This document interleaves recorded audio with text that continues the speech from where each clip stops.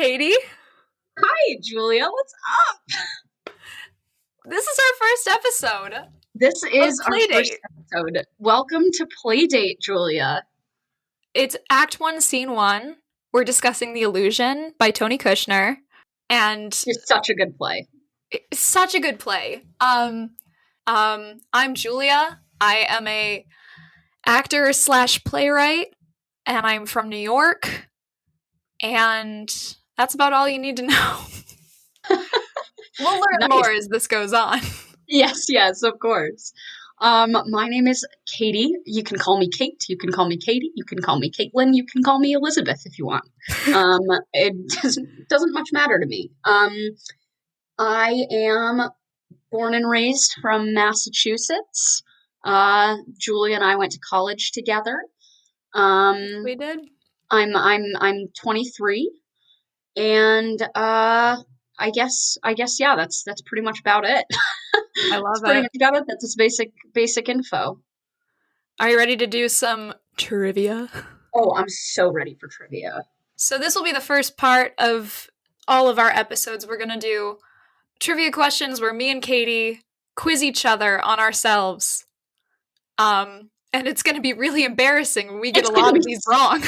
It's going to be so embarrassing. It's going to be so embarrassing. We're such good friends. We're going to get every trivia question wrong. So it'll be great. All right. Hit me with it, Katie. I'm ready to do some. Perfect. Okay, so my first trivia question for you, Julia. This might be an easy one to start with. Which is the only theatrical job I have not done? Your choices are number 1, dramaturgy, 2, props mastery, 3, scenic design, and 4, costume design. I believe you have done dramaturgy before, so I'm going to count that one out. I believe you have been a props master before. I'm going to guess scenic design. That is incorrect. Darn. What was it? Unfortunately, it was costume design. I did scenic design on oh my god, Incognito by Nick Payne that I directed, and I did props mastery during that phase by Polly Stenham, and I did dramaturgy. I did dramaturgy work on Grapes of Wrath. See, I knew the Grapes of Wrath, and Incognito, I was like, oh, she was the director, so she wasn't doing scenic design. Right. Silly me, I was literally on the pack board when we did that show, and I didn't know. That's okay. I was the secretary, and I didn't know that. That's horrible. Okay. That's okay. That's okay. I'm going to get yours wrong, too. I know it. I can feel it. I don't know. You might get it right. Okay. So, for backstory, for people who aren't Kate, I've been a magician's assistant for over 10 years. That's just a little fun fact. So, Katie, which of the following illusions has Julia been performing the longest? A, the guillotine illusion, B, Houdini's metamorphosis, or C, being sawed in half? I am going to go with C, being sawed in half. Incorrect. I knew it. My second choice was the number A. That is also incorrect. The correct answer is B, Houdini's metamorphosis. I started doing that. That's my time, everyone. That's my time. Next week. And I did at least 2 of those at Fred, because my dad and I opened for my a cappella show in spring of 2019. And we did the guillotine illusion, we did the metamorphosis. I don't think I was sawed in half for that one. But bummer. I know. That one is the most fun because I literally just lie there and I scream. Yeah, I remember you talking about getting sawed in half, which is why that was the first one that came to mind. I feel like maybe that was the first story that you told of probably. The first act that you ever did. So that's probably where I thought about it. Either that or I just don't know anything about you, which is so sad. Yeah, I started doing the metamorphosis when I was in 5th grade. I was trying to think back about when I started 5th grade. That's insane. Now let me ask you, what is that? So we do a variation of Houdini's original trick that he did with his wife Bess. And it's essentially I go into a trunk in handcuffs, and then my dad double locks it, and then he handcuffs himself to a guest from the audience. And then he lifts up a curtain, goes 1, 2, and I pull down the curtain, I go 3, it's me, and we've swapped places in literally like half a second. That's pretty cool. It's dope. And a lot of times, like, we'll do it and magicians won't even know how. Wow. That's crazy. I don't know how. I don't know how. I don't know how, and the one thing that you've never done is give away magician's secrets. You've never done that. So I will remain a part of the unknown. But it makes it more fun. Magic is less fun when you know everything that's happening. Unless you're a magician and you just like nerd out over it. That's true.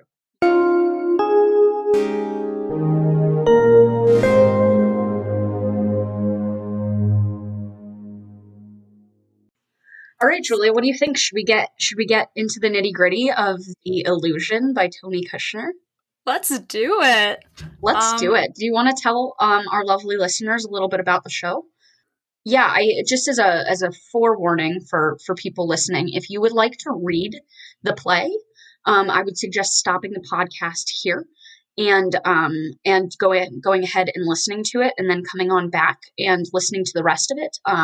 Because this might not be the case for every show that we cover, but this show in particular has quite a big plot twist at the end. So if you don't want to know what that is, I would suggest reading the play first and then coming on back.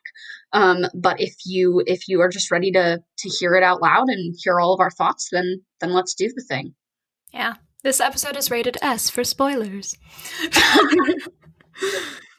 All right. So this is my favorite synopsis that I found on BroadwayPlayPub.com. Ooh. And it says, a lawyer, facing mortality, desperate to find the son he drove away years before, travels in the dead of night to a mysterious cave. There he engages in the services of a wizard, who conjures up visions of the romantic, adventurous, perilous life the lawyer's son has been living since his father expelled him from home. The Illusion, freely adapted from Pierre Corneille's Illusion Comique, is Kushner's most joyfully theatrical play, a wildly entertaining tale of passion and regret, of love, disillusionment, and magic. Ow. I would love to tell everybody listening that I had no idea that Julia was going to do that voice. That was so funny and quite a good summary. Good little synopsis. That was my favorite one that I saw. I was like, perfect. That hits the nail right on the head. It's got some good wordplay in there, which fits pretty well with the show. Yes. And then, do we want to learn a little bit about our good friend Tony Kushner? I would love to learn about Tony Kushner. Give it to me. I was saying this to you before. I'm mad because my poster of Tony Kushner is all the way over there. And I was like, oh, if it was behind me, it would be even cooler, but it's not.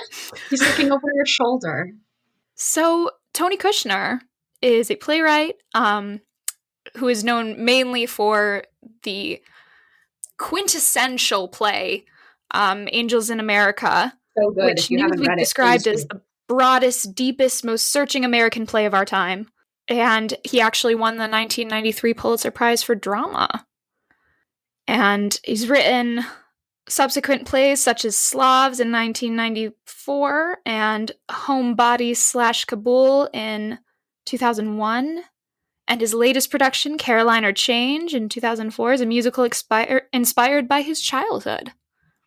Ooh. Now, I did not realize this, Katie, but he actually wrote with illustrator Maurice Sendak on children's books. Really?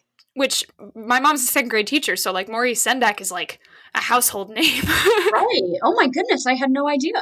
Yeah. So, and he taught at New York University, which is dope. Good for him. Awesome. Good for him.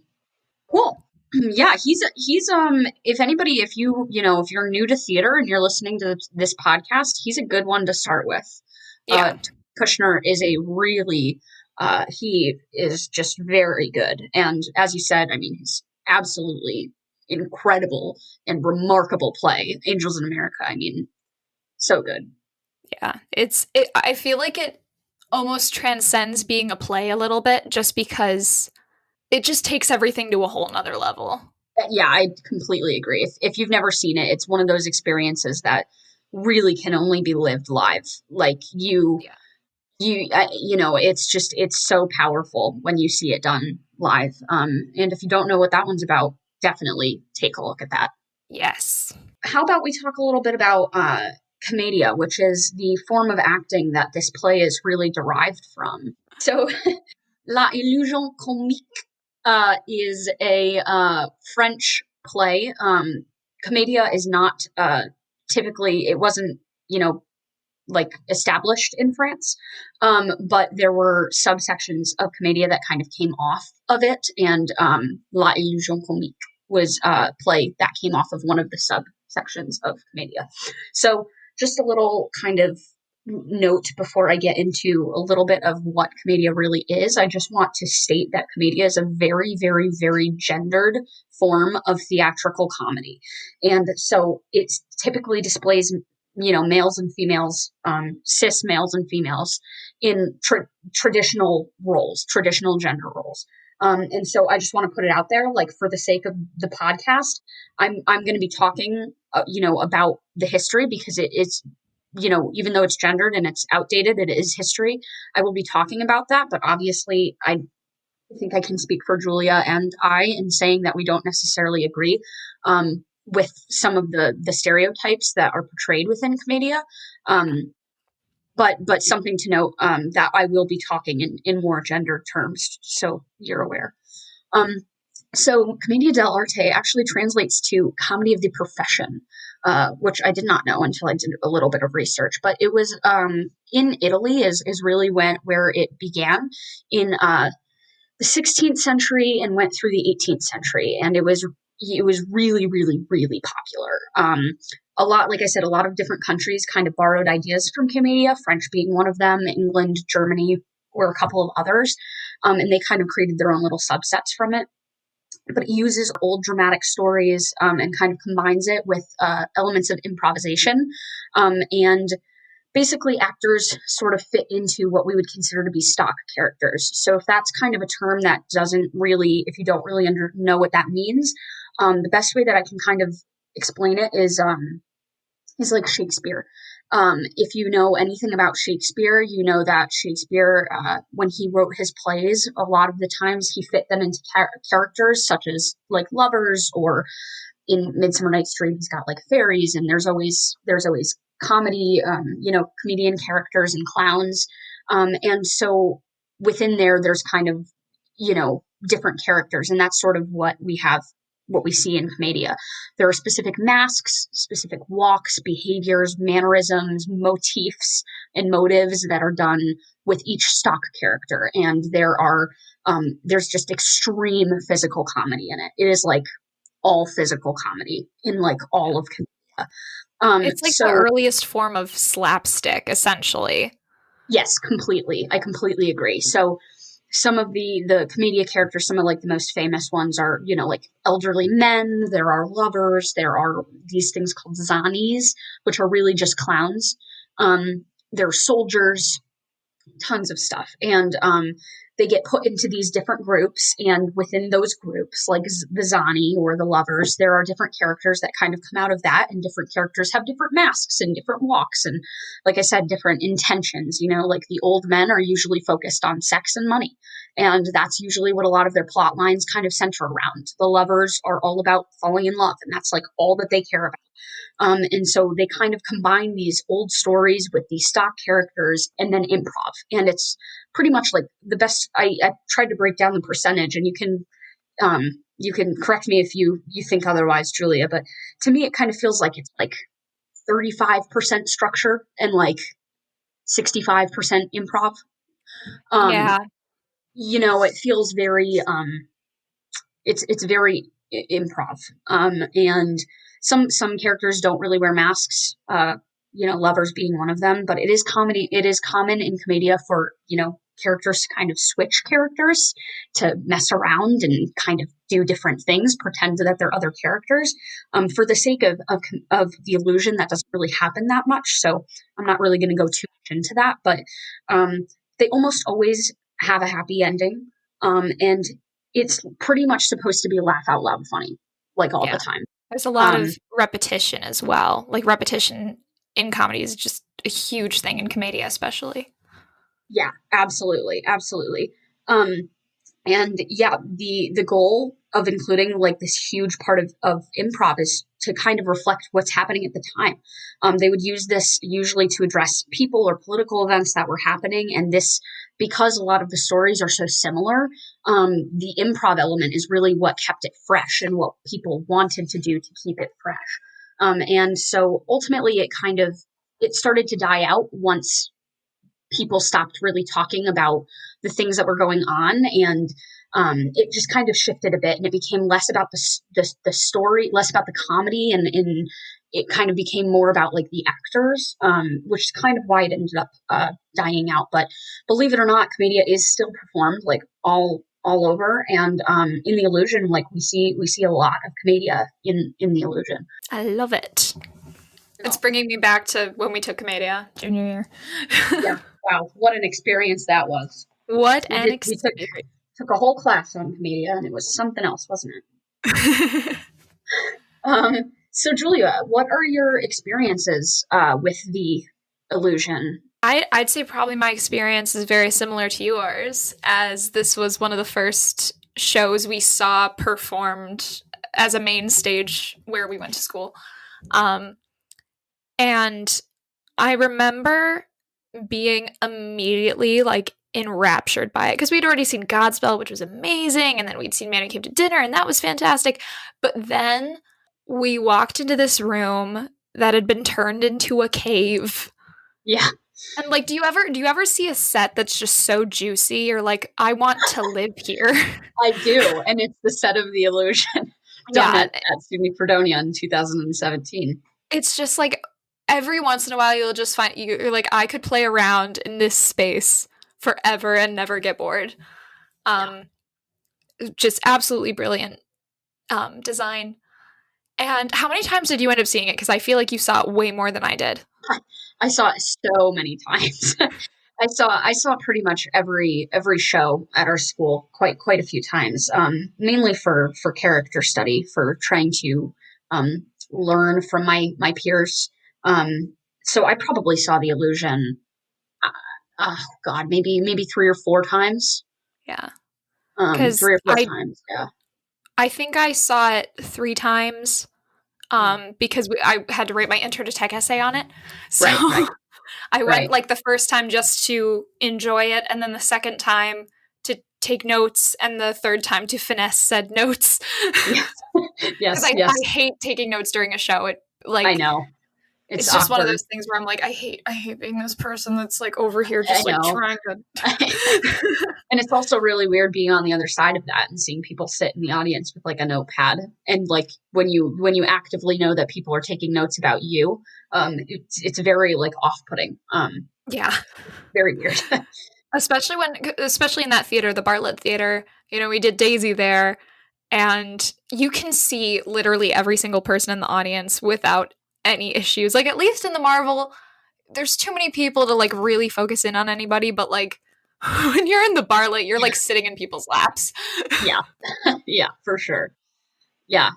But yeah, I just remember because I'd read the play in preparation for the audition, and I remember my dad was like, "Can I read it after you read it?" And I was like, "Sure, go ahead."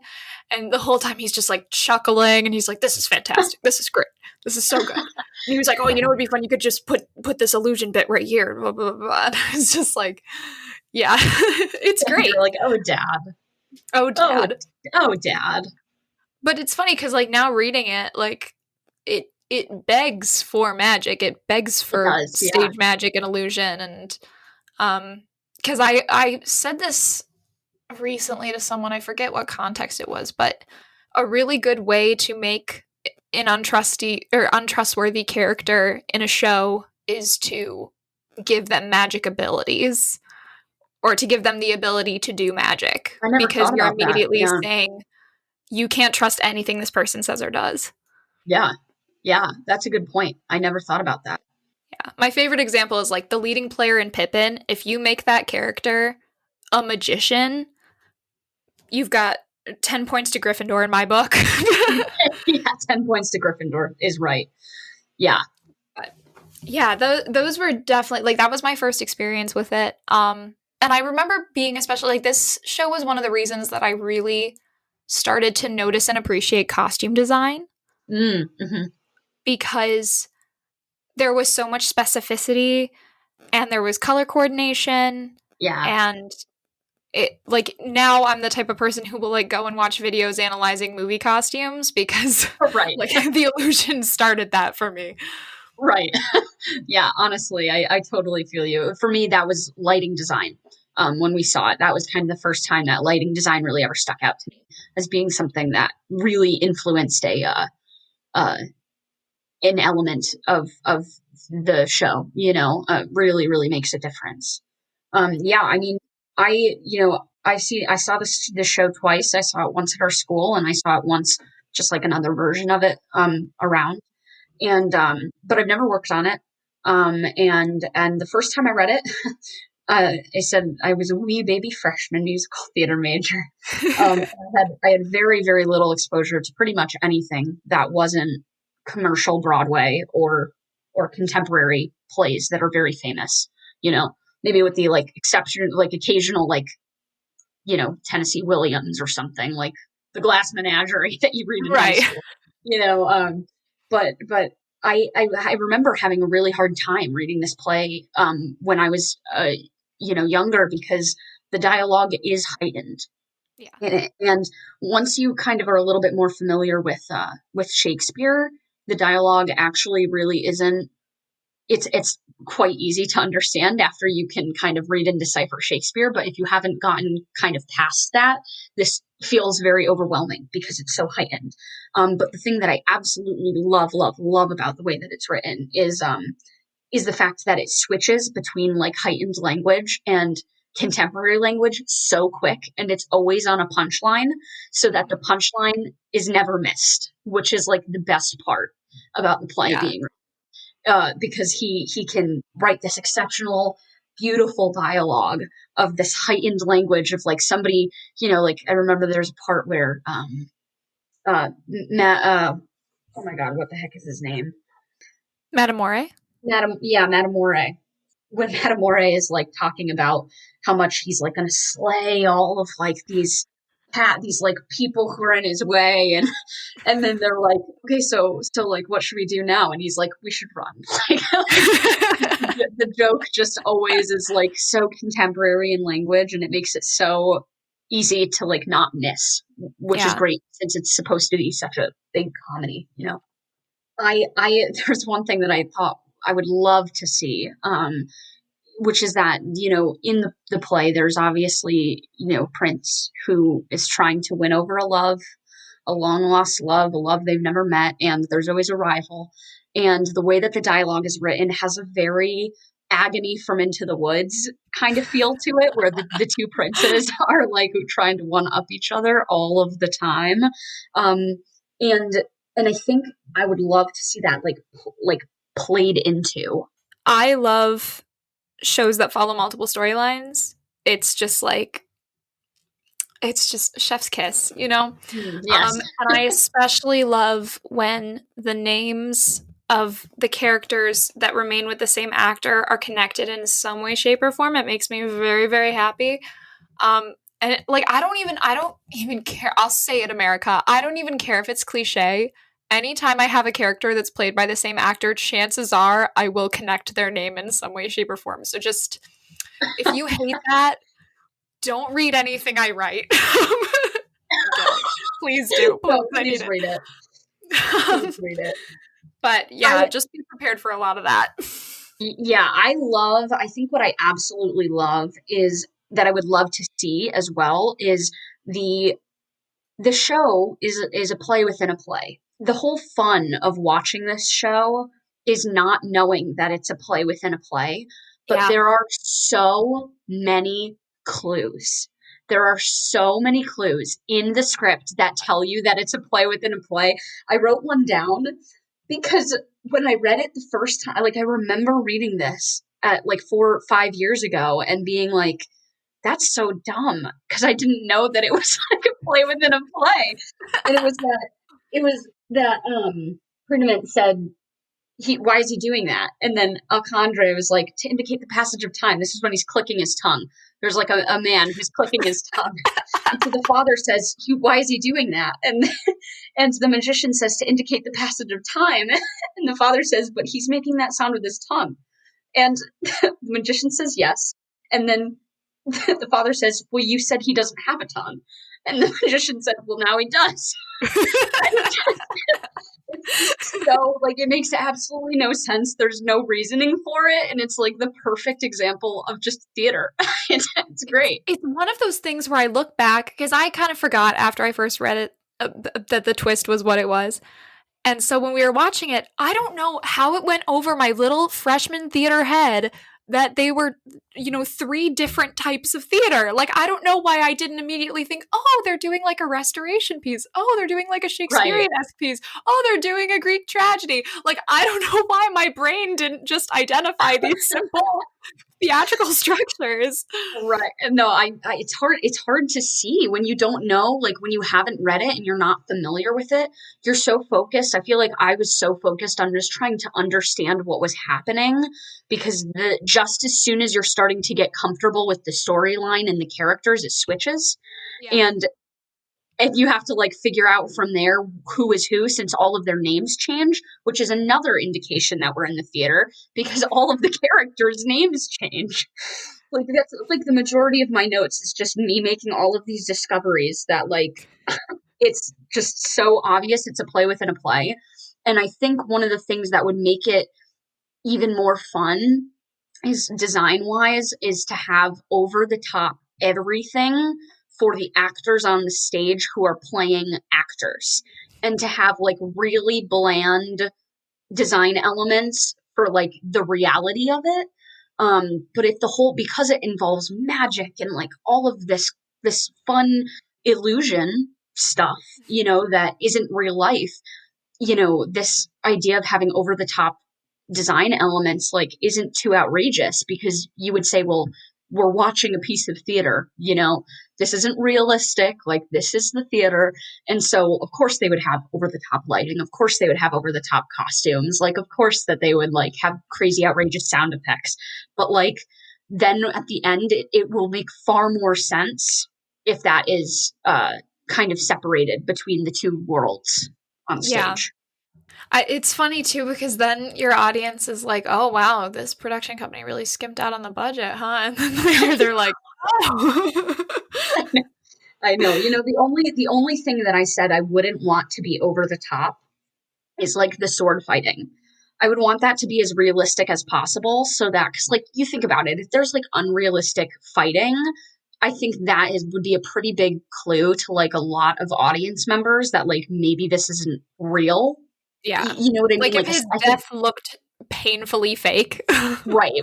Like then they would be like, okay, something's going on here, and they would like get an idea. But if everything is over the top and then the stage fight is like very real, I think it would give like a really nice, just absolutely, excuse my language, fuck with the audience members, really, and I think it would be fun that way.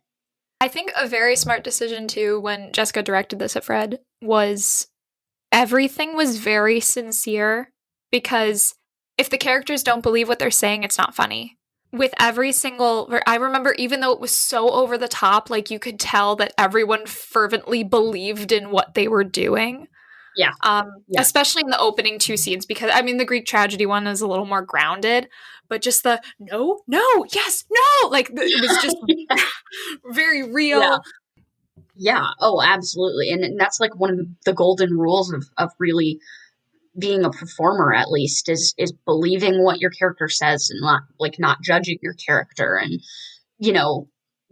like really believing what they believe in, to really make it as realistic as possible. And that's how jokes land. Like if you play into a joke, it's not funny. And so the only way to like really make a joke land is to be like ultra realistic about it. Yeah, I especially like I think about the Rivals too, and they're like, "Well, wouldn't you do this for her?" Blah blah blah. Well, I would. Right. Like that. It's just like that. Well, like you have to have an actor, and the actor in the show has to be self-assured enough that line comes off as sincere and as real as Right. possible, or it's not funny. Yeah, absolutely. And I put this down, but like, anybody who knows me personally knows that I am a sucker for a good comedic accent thrown into a show for absolutely no reason at all. I think there's something so funny about a character like having a funny voice when nobody else does. I think it's hilarious. And that's something I don't know what your thoughts are if you think that would be too distracting, but that's something I feel like I would love to see. Um, like maybe for like Alcandra the wizard. I think that like might be a fun thing, but it also, I think it would be fun to kind of um maybe like a received pronunciation British accent, like almost like an I know better than you, like a pish posh kind of accent.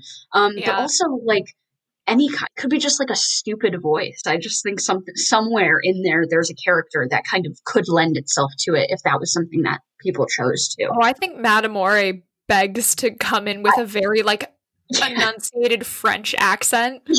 Like just what are Yeah. you doing? Yes. Yeah. Yeah. I completely agree. I think that would be so funny. That character Red is Medusa of the linen closet.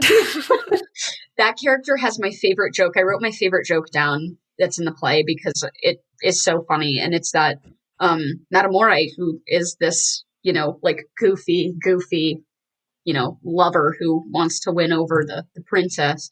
Um, he has a servant named Clindor who he just calls Delmont in an entire illusion for no reason. There's absolutely no reason. He continues to correct him and continues to say, "My name is Clindor. It's not Delmont," and he just keeps calling him Delmont. And it's like this. That's one of the brilliant parts about Tony Kushner's writing is that he really can like write the same joke over and over and over again, and I will laugh out loud over and over and over again. Yeah. Yeah, absolutely. Well, it was like with the no, yes, no, no. Anytime they did anything that was like that type of repetition, I was like, good job, Yeah. Tony. It has such a good speed. I think there's a lot of the way that it's written, kind of as we had said, with it being like heightened language and then it switches to contemporary on the joke. So does the speed. Like, they'll go on forever and ever and ever talking about these, like, how much they would, rip their heart out and serve it on a golden platter, and cry rivers of tears for like these tears, like to have this lover love them so very much. And then after that, when the punchline hits, the dialogue is just so quick and it just like goes so quickly, and it is like you said, like the no, yes, no, yes, no, like it's so funny. It's so funny. Yeah. I went on a little deep dive Ooh. with all the names cuz as I was mentioning before, I like when names have meanings. And some of them I think had a very clear like purpose and intention. And then other ones I think it was something that was appropriate for the time and therefore like Tony used it. I'm just calling him Tony now. What's up, Tony? What's up, Tony? So I didn't find anything for Pridamont. I think that it's derived from pride, though. Like it Okay. has some tie in with the word pride. That's just my assumption. I don't know. And then I looked up this one I Yeah. love.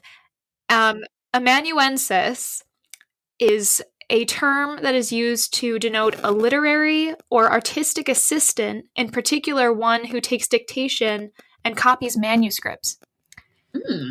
And I love that for two reasons. Number one, like, yes, he's the assistant character, but he's also like the idea of him having a tongue and then not having a tongue and then having a tongue and being able to talk and like tell the truth and then not being able to have a tongue and then having the last line in the show.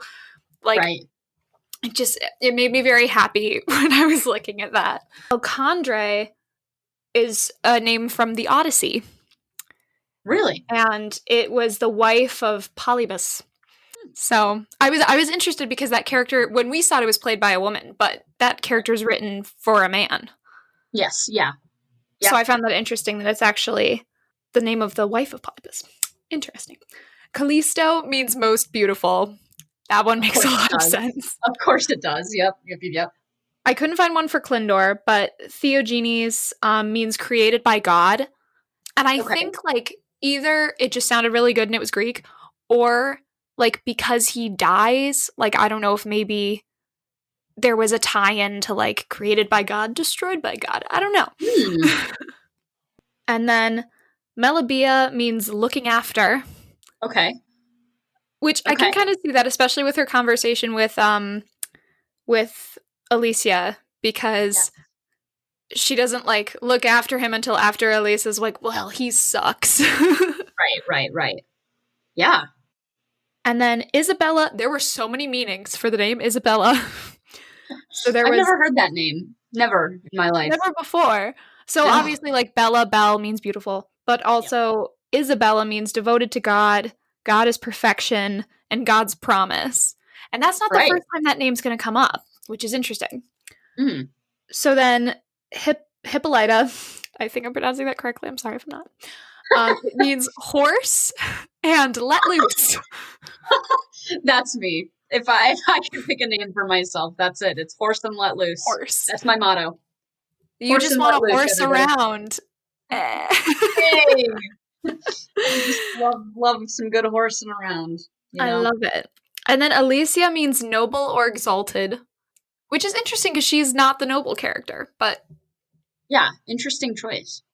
But then I think like Alicia was more chosen because Lys is kind of like derived from it. And Lys actually means God's promise, just like Isabella means. So both her and her servant, their name means the same thing essentially, which I think is interesting. And then Clarina means bright and famous. She's kind of there to like tell the truth and to like make the situation more clear. So that makes a lot of sense to me. And then Adraste means inescapable. Like death is inescapable? Ooh, I don't know. I don't know. Maybe. And then Matamore is the most clear, like, yes, this was absolutely chosen to be the name of the character. It's French for braggart and blusterer.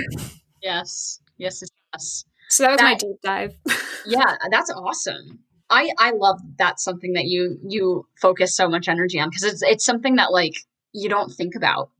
Mm-hmm. And it's like it's something that especially as a playwright, I'm sure you probably think about a lot, Yeah. you know? And rightfully so. I have spreadsheets with the character's name and the name meaning and how they knew each other, and it's a whole thing. All their Lots of backstory. spreadsheets. You know, I did take out a line here that I noticed was quite a big nod to Shakespeare. Like a pretty big nod. Which is if revenge tastes sweet as they say it does. That was the first half of the line. If revenge tastes sweet as they say it does. They obviously referring to Shakespeare. Yeah. And he has used revenge, taste, and sweet kind of all combined up in many of his plays. Is very interesting. A nice little tip of the hat there. And that line, I don't remember exactly who said that. I think it was Matamore, but I don't remember. I could be mistaken. But Matamore also has quite a few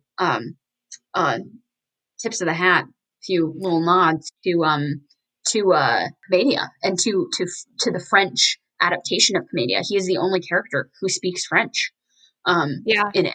And the show is obviously derived from the French subset of Commedia. So it's interesting. It seems like that character kind of holds a lot more like history or meaning than it is on paper, because on paper, you know, Matamore is like a very pompous and, you know, prideful, very sleazy character. He's that sleazy father character from Commedia. Like he is that guy. Exactly. Yeah, And exactly. the other thing that's interesting too, like he has the most spot on name, and that was a Shakespeare thing too. Like the character of Moth in Love's Labour's Lost is like flooding around to everybody and like trying to get in everybody's business. Like names are chosen, especially in Shakespeare, to represent the person whose name it is. Yeah. What do you think are some like design elements you might want to do? You might want to see happen? I love found spaces, and I would love to actually have this be done like outdoors in something resembling a cave. Whether it's one of those like park, like even like I would have loved it if Fred could have done it in the amphitheater Yeah, because we had an outdoor amphitheater. Yeah. yeah. Like I just want stone. I want a lot of stone. Yeah, the play calls for it for sure. hmm And the thing I meant to ask you too before we jump too far into design stuff, what do you Yeah. think about the ending? In what sense? Well, because we found out, oh, these are all scenes from a play, but then Matamore shows up in the framing device. Yeah. Why do I you think think that is? well, I think there's a couple different things that could kind of go into that. I think one of them is that, fantasy can sometimes lap into reality. I think there is, a couple of elements there that not you don't know anything about anything.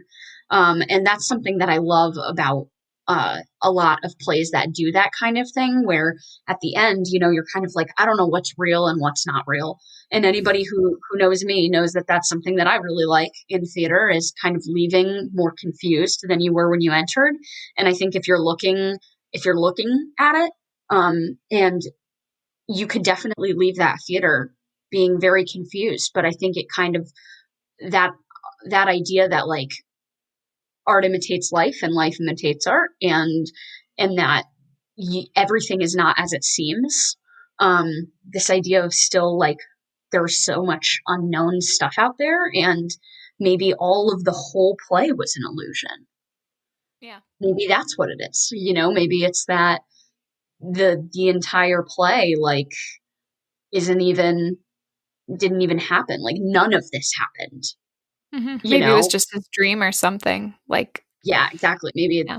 it's kind of like in Shakespeare, kind of like in Midsummer Night's Dream, where at the very end, Puck has this whole monologue about like you have no idea if what we're saying on stage or not is real or not.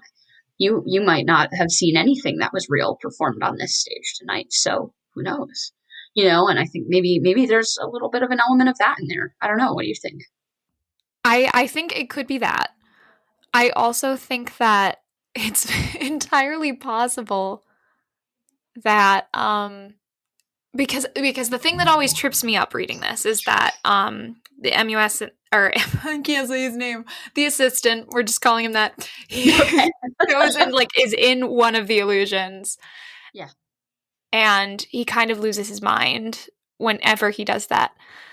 And I'm wondering if like that's just a sign that that character is insane because now he's starting to see the illusions in his reality. Oh, I love that. And suddenly he gets his tongue back too. And that happened like Right. when he went into the illusion and came out. Right. Ooh, that would be fun. That would be a fun little theme to play into. That would be fun character. If you're playing that character, that would be fun. Yeah. Because I don't know. It was just one of those things where I don't think I really put as much thought into it when I saw it live. I was just like, oh, yay, Matamore's back. But Right. now reading it, I'm like, wait a minute. There's a Yeah. mystery to be solved here. Yeah, that's interesting. It's something I never really thought of. I think you might have hit the nail on the head. I don't know. Maybe it's all illusion. Maybe I'm just Maybe making maybe it up this on the spot. podcast isn't even happening. Maybe it's an illusion. Maybe you're not even listening to it. Maybe you're sitting in your car right now as you're driving to work or to the grocery store and you're saying And to just yourself, imagining our voices. am I real? Is all of this real? Am I listening to anything at all? And the answer is maybe. Yeah, I saw the show done both in, like you said, when at our school, they did it more, with the audience kind of engrossed in the show, really like involved, set all around them, actors making entrances and exits in the audience. Um, which is something, that the Bartlett Theater, which is a Black Box theater, really lends itself to. And I saw the show done in the proscenium, which is actors on a stage, a thrust stage, and an audience sitting down. And I hated it. Obviously, like this show definitely should not be done. I think, in my opinion, on a proscenium stage. I just think it is so important that the audience is engrossed in what's going on and they're involved in what's going on. In my Yeah. opinion, that kind of, I think for me, a happy medium would maybe be like, 3/4 thrust with audience 3/4 of the way around, or even in a full round. It's funny. You know, the only show that I like really directed by myself was in the full round. I've always thought that doing work in the round was weird. I always thought that it would be like very hard to direct, very hard to act, like very hard to see and stuff. But I think the idea of the audience being involved is super duper duper important. But I will say one of the things that I didn't like about our version of it is that I felt overwhelmed because I was already overwhelmed by the text itself and trying to keep up with like the characters and who was who and what scene we were in, that like then as soon as you think you're like understanding what's going on, there's an actor who's like walking behind you making their entrance to the stage, which part of me really likes, but I like that from a design element. Like I like that from an aspect as a designer and as a an actor. Like I find that a fun environment to like act in, but as an audience member it was a little like off-putting for me. So I think I would like to have it so that like the audience is kind of involved but not too involved, if that makes sense. Yeah, I think the only way I would have it in something more proscenium alike is if this is going to sound weird, but bear with me. If there's a proscenium, but then there's a thrust coming out from the proscenium, Right. Hmm. and only the illusions take place, like they only take place on the thrust, Yeah. and then everything that's happening with Elkandra and the cave, that's all on the proscenium part Yeah, of the yeah, stage. I could that I could probably I could see working. I felt so disconnected from it. Sitting Yeah, down in a seat and like watching it happen as if I was like in a theater watching, like a drama. It was weird. It was just odd for the text. But yeah, I agree. Something like that I could definitely see working. Especially because the thrust will be closer to the audience, and really the illusions are like the part where it's more important for the audience to feel included in the action. yeah. What about any other design elements? Do you have any ideas for anything else? The costuming really like sets this show up for success. Yeah, Um, I agree. because it immediately puts you, especially if there's color coordination, like big props to the production at Fredonia because it did it very well. Like the Alicia character was always in blue, and Melvia was always in pink, and the rival was always in green. You know, pink is kind of associated with sweetness, and blue is associated with like more like calm, motherly, helpful. Um, and then green, obviously, envy. So that one's pretty spot on. The one thing I remember though, and like I said, like this could be a specific choice because it is a play within a play, but like I remember being so frustrated that the sandals in the Greek tragedy part were not period. Yeah, And yeah, yeah, they yeah. weren't even like trying to be. Right, right, right. It was like one of those things that is so outrageous, and you It was just like like have to accept Birkenstocks or something. it. Yeah, I was like, what is going on? But again, that could be like a choice. It's like, oh wow, this production didn't have a good budget, so they had to right, right, exactly. Yeah, at this fake theater company. I definitely feel like the more you can play into the theatricality of it, like the funnier it will be. Like I said, especially with those the moments that snap out of it and snap back into reality with the magician in the cave, like it just the dialogue is so like the father is so confused and he really doesn't get it. And to on that note, I would just like to say it's my personal opinion, but I think the father is like a really bad father. he, Oh, he's horrible. I think that's kind he's of the like, point. yeah, I feel like the more that they can kind of like mess with him, the funnier it is, because that the magician is like the wizard, whoever is like fully convinced that the father knows what's going on. Like he Yeah. completely believes that the father knows that this is a play within a play, and or just I guess a play at that point. But he thinks that he's aware that his son is an actor in this play, and he's obviously is not. That is the big plot twist at the end, is that you find out that it's all a play and none of it was real. But I think it would just be so funny to if that magician really thought that whole time the father like Was also totally on thought board. like totally on board. Yeah. Yeah. And was just like really into the show. The line where he's like, "Oh my god, imagine doing that to your child," or something along that Yeah. line. Like it's so delightful because isn't that parenthood? I Like, know. especially modern parenthood. It's like I'm the only correct parent, but also I'm failing as a parent. I'm failing my child, but also you're wrong for doing that to your child. And Yeah, oh my gosh, you're exactly. such a great parent. I wish I was more like you. Like I feel like all of that happens at the same time. It does. Yeah. Yeah, it absolutely does. Um, and before we get into a little bit of like what we think our calls to action might be some themes, some major takeaways, I would just like to share three dream cast members that I would Oh love yes, to hit me with see in them. this Hit me with them. production. So Prediment, who is the father, The daddy. daddy of the show, Mandy Patinkin.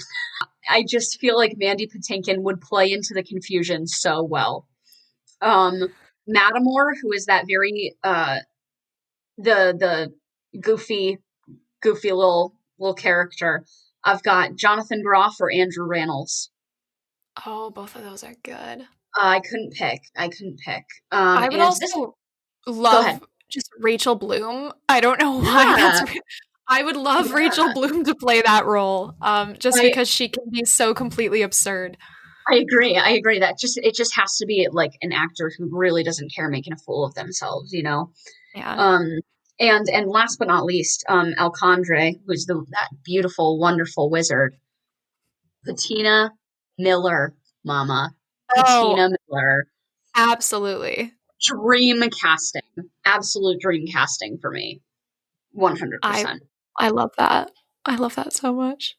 I would So also like if we're gonna go with the more traditional casting, I would love Andre de Shields, just because I I feel like also he can almost give put that Andre like DeShields. Yeah, dry, like he'd be yeah. like, "You really didn't know they were actor?" Like, I know. He would be so funny. And can you imagine those two working, like Mandy Patinkin and Andre DeShields working off of each other? Oh my God, woof. dream, an absolute dream. That'd be Yeah, delicious. that would be just so juicy for me. Can you imagine? I don't know, because you said Mandy Patinkin. Can you imagine Wallace Shawn as Metamora? Yeah, Good that's old so Wally Shawn. funny. No, Katie, you know who should be Metamora? Who? Hank Azaria. Stop. He would be so good. Oh my God. Little anecdote. Hank Azaria is like one of the founding fathers of me and Julia's friendship. If you don't know the movie The Birdcage, it was a very famous movie in the 1980s. You have to stop listening to this podcast literally right now and go and watch it. Go watch Unless it. you're driving, please drive safely. Um, but oh my God, it's so funny. And Hank Azaria is just absolutely amazing. And that was like one of the really big foundational blocks of me and Julia's friendship was The Was Birdcage and Hank that Azaria. specific character in that Yeah. specific movie? He also plays the bat in Anastasia. Oh, really? You know the ha and the hoya and I'd kick her, sir. That's him. Of He also course it plays is. one of Phoebe's boyfriends in Friends, and he's such a cutie as Oh that my God. character. Of course he is. And if you like don't know who he is, he voices a ton of actors on The Simpsons. He's a huge voice actor. But he was also the first place I ever saw him in was Night at the Museum too. He Yes, plays the Rachmanoff like or the lisp the guy. yeah, the bad guy who's obsessed with the Rubik's Cube. Um yeah, he's very funny. You're right. He would be a great Matamore.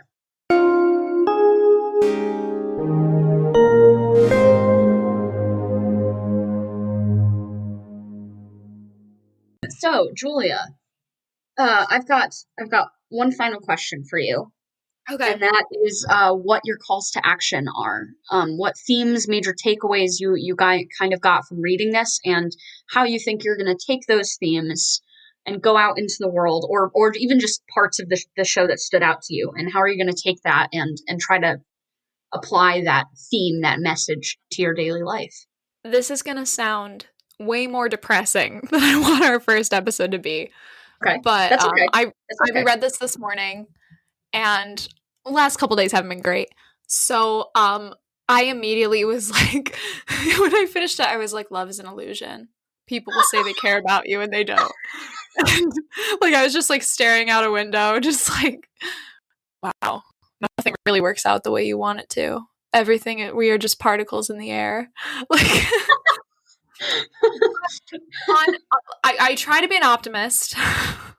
So I'd say the thing that I'd want to do that would put good into the world is to not take things so seriously that I miss out on life's fun. Because I think the moment that really stands out to me is when he goes, and he's an actor? Like, this man was just crying because he thought he lost his son, and now he's just choosing to be picky. We can go forward and we can try to hold on to the things that are precious to us and stop judging them. Love your parents, don't judge them. Love your kids, don't judge them. Like, try to find the one thing that connects the two of you and connect. Yes, some things may not be within your control. Sometimes things are just an illusion. Sometimes happiness is an illusion, and existence is a prison. Within that, there's always something that you can hold on to. And some of the most concrete things are also the things that aren't real. Like art, for example. Stories, a lot of them aren't real, but they can be some of the most concrete thing in your life. Go off, mama. Go off. Like, there are people who, will be like, this TV show changed my life. That TV show isn't about real people, but it had the power to influence the way that you think and the way that you live. So there must be some truth and reality to it. I'm with you 100%. Yeah. So that was my long-winded call to action. I think it's a beautiful call to action. Thank you. You're welcome. I'll be editing this later and be like, Julia, what are you talking about? It'll be great. So what is your call to action, Katie? Mm-hmm. I wrote down 3 calls to action that I had. And I guess the third one isn't really, it's kind of pretty similar to yours, just that, theater can make you feel things, man. Like, it just, feelings are real, and they are not real in the sense that there is no definition to it, kind of like you were saying. Like, feelings kind of are an illusion because it's different for everybody, and you don't know what other people are thinking and feeling and stuff like that. That's why nobody can define what love is, because it's different for everybody. It's not real, it's not tangible, but it is. So I guess kind of to appreciate that a little bit more. But the two that really are my biggest takeaways are, number one, and I think this is my biggest one, is that no means no. And no means no, no means no, no means no, no means no. And this play is just filled with, because it's derived from Commedia dell'arte, it's filled with stereotypical gender roles. And in that, we see women saying no and men persisting and saying over and over and over again, but please, you are my soul, you are the fingers that help me write, like all of these, bullshit things. And like, and she's, they're reaching the point where they're just trying to convince her to stay, and all she wants to do is leave, and so I think, for me, I'm like a pretty soft person in terms of like kind of standing up for myself and standing up for, myself in situations in which I don't feel so safe. I kind of tend to, instead of push forward, I back off. And that's what causes these bad things to happen to women, is, kind of not being more assertive. And that's not to say that it's their fault at all. It's never their fault. It's never a victim's fault. however, whatever gender you identify, it's never a victim's fault. But, I have a lovely show that I love to listen to, a lovely podcast I love to listen to called Crime Junkie. And if you know me, you know that I love that podcast. Yes, you And do. the hosts, Ashley and Britt, Ashley Flowers and Britt Praywad, have a saying called "Be weird, be rude, and stay alive," and basically saying that when you're in a situation that's dangerous, be weird, do weird stuff, scream at the top of your lungs. Like do a weird dance, do something to get them so absolutely freaked out that you might be like mentally insane that they leave. Be rude. That means to tell people over and over and over again, no, I don't like that. You're creeping me out. I don't enjoy that. Things like that. Yeah. Being rude, and that is what helps you stay alive. And in this context, obviously nobody's life is being threatened, but their mental state is, and their trauma is, and that kind of stuff is very important. And my other one is, it's not quite as big, but I just saw this line and it really stuck out to me. I think considering the state of our world as we're recording this on January 13th of 2021, there's obviously a lot happening in the world, and specifically in the United States where we both are right now. There's a lot going on, and this line I don't know if you caught this, Julie. I'm excited to see your reaction as I'm watching you on the computer. But it's a line that Clindor says when he's talking to his rival. And he says, quote, "You're rich, sir, and have never felt the need for gold. I respectfully suggest you have no idea what poverty justifies." And I read that line and I thought, wow, that's relevant. It's just so relevant. And so my call to action from there is that human nature, by its nature, is judgmental. Everything we do is judgmental. We judge ourselves. We judge everybody around us. We judge things. You can wake up in the morning and put on a pair of pants and say, "God, these look bad today," or "God, these look great today." That is a judgment. All of that is a judgment. And I guess my call to action there would be to, even though these instinct judgments are going to come because that's what human nature is, to continue to try to kind of reshape that narrative in my head, and allow myself to be a little bit more informed about things that I don't know anything about, and not speaking on behalf of other people. Really just letting other people speak their own truths and being an active listener, and understanding that while I might not ever be able to know what they feel, I can still empathize, but it doesn't mean that I can really put myself in their shoes and try to justify their struggles. It's specific to everybody. So yeah, that would be mine. Yeah. Bouncing off of that, I think it's important to remember that people aren't stock characters in your narrative. There's a great video essay by Lady Knight the Brave about comparing like Jojo Rabbit and the book Thief, and specifically explaining how those two mediums portrayed Jewish people as an active participant in a Holocaust story, and how rarely we see that in media. And I mean, the same can be said for the BLM movement. Like, how often do we see a white savior movie instead of something where the main characters in the actual story aren't getting to play the role of main characters? Like, right. So I think like whenever, whether you're a storyteller, whether you're an actor, whether you're just a person interacting with another person, people instead have been consistently putting people into boxes of you're poor, you're middle class, I'm rich, I'm in the 1%. Like, that's all boxes, and it completely removes the individual from the story because it's no longer about them, it's about their relationship to you. Yeah, and it's about their it's almost like you just view who they are as they are in your story, in your head. And you forget that all of these people have lives outside of your story and outside of your truths. These people live their own lives, and sometimes and most of the time it's not always about what they play in your story. Sometimes it's a major role, but sometimes it's not, and sometimes they have to be the savior and the main character and the protagonist of their own story, and you have to be respectful of that. So with that, we're wrapping up, folks. Yeah, I think we're pretty much done here, but I think that we've got some really fun stuff coming up. Some fun episodes coming up. Some fun guests coming up. So obviously, if you have any questions, concerns, anything, you can follow us on Instagram. Next time that we are all together for our next play date, we'll be getting a little smoochy with our Valentine's Day episode, where we talk about Stage Kiss by Sarah Rule. Love is in the Air, Love, Nat King Cole. Trying to think of other love songs. Probably any song that Taylor Swift has sung is about love. Yeah. Just listen to the entire Sparks Fly album and then come join us for our next episode. You'll be in the mood. It'll be great. Mood. Just make sure that you've got a little glass of wine. Maybe if you're under 21, a hot chocolate.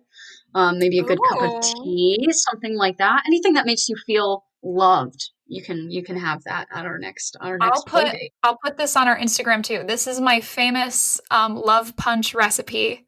Cranberry juice mixed with ginger ale with some frozen raspberries in there. And if you are over 21, and only if you are over 21, you can add vodka to that, and it tastes amazing. That is a sexy, sexy drink. Yeah.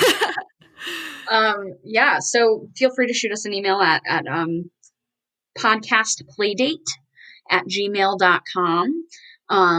Again, that is podcastplaydate@gmail.com. And shoot us your thoughts, your ideas. And like Julia said, maybe we'll have a little mention, a little guest mention in here. A little guest mention in there.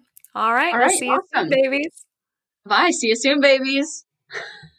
Thanks for joining us for this week's Playdate.